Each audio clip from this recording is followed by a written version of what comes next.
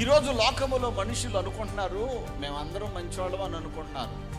వ్యక్తిగతంగా మంచివాడు అయి ఉండొచ్చు, మంచిదానం అయి ఉండొచ్చు. కానీ దేవుడు చెప్తున్నాడు, నీతిమంతుడు లేడు ఒక్కడునులో, అందరూ పాపం చేశారు. చాలామంది అదిగోండి ఆయనండి చాలా దుర్మార్గుడండి, పాపాత్ముడండి, ఈయనండి చాలా అన్యాయస్తుడండి, ఆయన అక్రమదారుడండి, ఈమండి చాలా వదరపోతండి, పొగరపోతండి, ఆమెండి దొంగ అండి, అబద్ధాలు ఆడద్దండి, ఏమండి తప్పిలు పెడద్దండి, వ్యభిచారం చేస్తుందండి అని ఎదుటి వాళ్ళందరినీ వేలెత్తి చూపిస్తారు. కానీ అసలు ఆ వేలెత్తి చూపించే నువ్వు అంతకన్నా పెద్ద పాపాత్ముడు.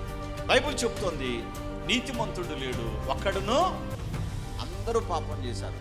ఈ పాపం చేసిన వాళ్ళందరూ ఎక్కడికి పోతారు? చచ్చిపోతే ఖచ్చితంగా నరకానికే వెళ్ళేది, సందేహం లేదు, సంశయం లేదు, ఏ విధమైనటువంటి అనుమానం లేదు.